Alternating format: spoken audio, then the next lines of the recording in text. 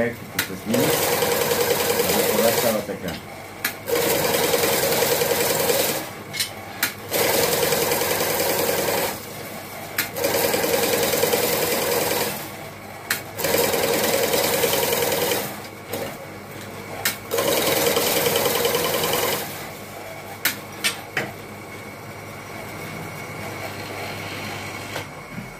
Здравейте! Няма как да подмина да ви покажа какво правиме, за да знаете за какво става на въпрос. Това е подцинкована твърда, силно твърда това тел.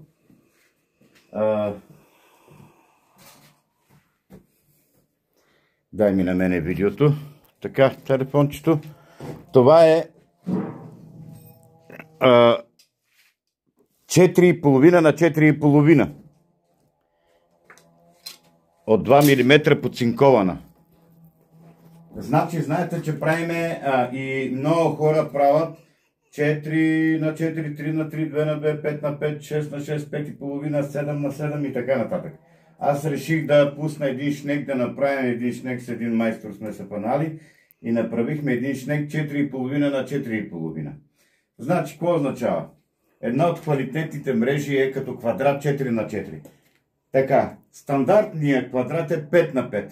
Обаче, 4 на 4 и 5 на 5 са различни. 5 на 5 е нормален, но не може да се сравнява никога с 4 на 4. Затова аз реших да направя шнек и нов и да направим да е 4,5 на 4,5. И от 2 мм стоманизирана, подцинкована или желязна, която искате вие, за животни или за каквото и да е, като ви пусна 4,5 на 4,5, ще спи. Знаете, във всички там магазини, където и да идете под 60 лева, няма 5 на 5, 5,5, даже на 5,5, 1,8. За мен това е неудачно за мрежа.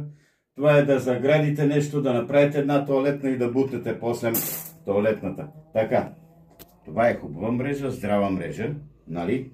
Не е като 4 на 4, но не е като 5 на 5. 4,5 на 4,5, това е самото квадратче, вътрешното квадратче на мрежата. Стои съвсем друго.